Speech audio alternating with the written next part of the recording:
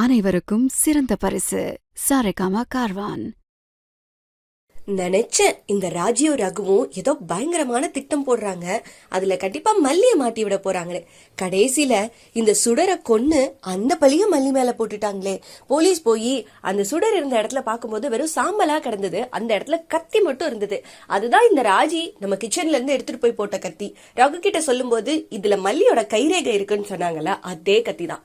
அந்த கத்தியை தான் இப்ப போலீஸ் மெயின் எவிடன்ஸா எடுத்துட்டு வந்து எல்லாரும் முன்னாடியும் நீங்க தான் சுடரை கொண்டுக்கீங்க, அதுக்கான ஆதாரம் இந்த கத்தி தான் அப்படின்னு சொல்லி மல்லிய அரெஸ்ட் பண்ண சொல்றாங்க. பாவம் வெண்பா இவ்வளோ நாள் விட்டுட்டு இப்பதான் அம்மா கூட இருக்கிறா, பயங்கரமா அழுறா என்னை விட்டு போகாதீங்க போகாதீங்கன்னு.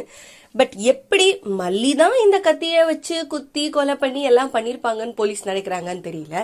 மேபி இவங்க யூஸ் பண்ண கத்திய இந்த வீட்ல இருந்து வேற யாராவது யூஸ் பண்ணிருக்க வாய்ப்பு இருக்குன்னு ஏன் யோசிக்க மாட்டேங்கிறாங்க.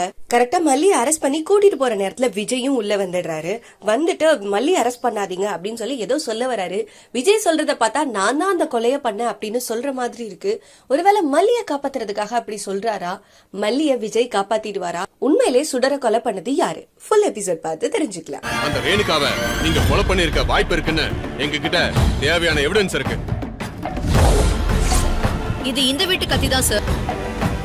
பாருங்க, எங்களுக்கு நிறைய வேலை இருக்கு, ஜீப்ல இருங்க. Inspector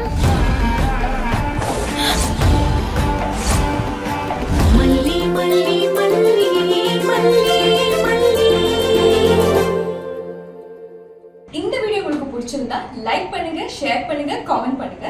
Saregama TV shows Tamil subscribe பண்ணுங்க.